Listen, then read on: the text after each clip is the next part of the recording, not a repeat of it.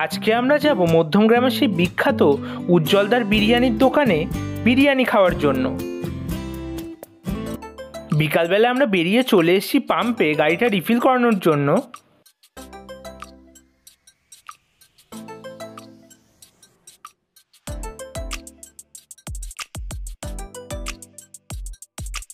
গাড়ি রিফিল করানো কমপ্লিট।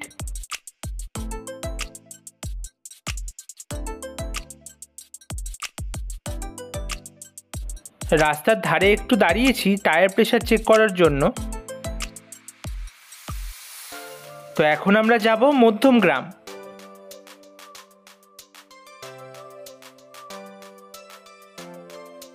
দত্তপুকুরের এখানে দাঁড়িয়েছি, খাবো চা।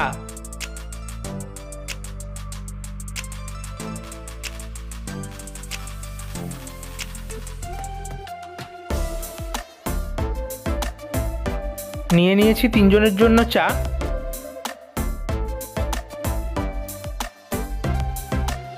এই দোকানের চা খেতে ভালোই।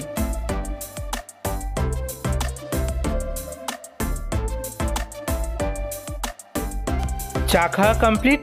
এবারে আমরা যাব মধ্যমগ্রামের সেই বিখ্যাত উজ্জ্বলদার দোকানে।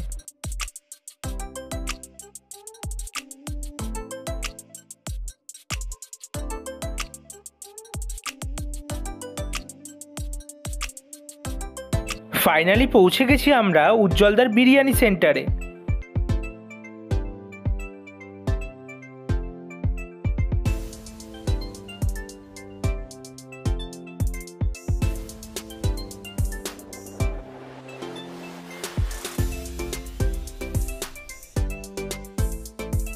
অর্ডার দিয়ে বসে পড়েছি আমরা অর্ডার দিয়েছি 2 প্লেট মাটন বিরিয়ানি, সঙ্গে চিকেন চাপও অর্ডার দিয়েছিলাম, কিন্তু চিকেন চাপ শেষ হয়ে গেছে।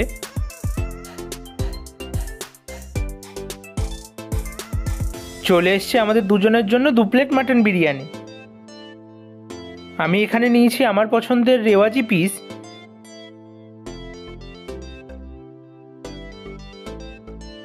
আর দাদা এখানে নিয়েছে নাল্লি পিস।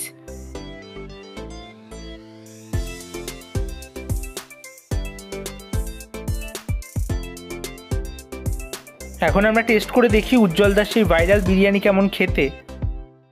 বিরিয়ানির টেস্টের কথা যদি বলি, প্রচণ্ড পরিমাণে কেওড়া জল, গোলাপ জল, মিঠা আতরের উগ্র গন্ধ। উজ্জ্বলদার বিরিয়ানি আমরা আগেও খেয়েছি, কিন্তু এতটা পরিমাণে উগ্র গন্ধ ছিল না। উগ্র গন্ধের কারণে খেতে রীতিমতো অসুবিধাই হচ্ছে। বিরিয়ানির সঙ্গে একটু কোল্ড ড্রিঙ্কস না হলে চলে, তাই নিয়ে নিয়েছি কোকা কোলা। তবে উজ্জ্বলদার দোকানে একটা জিনিস যেটা ভালো লাগলো, প্রত্যেক প্লেট বিরিয়ানির সঙ্গে একটা জলের বোতল কমপ্লিমেন্টারি থাকে। আমাদের খাওয়া দাওয়া কমপ্লিট। শেষে 2 প্লেট মাটন বিরিয়ানি বাড়ির জন্য পার্সেল করানো হয়েছে।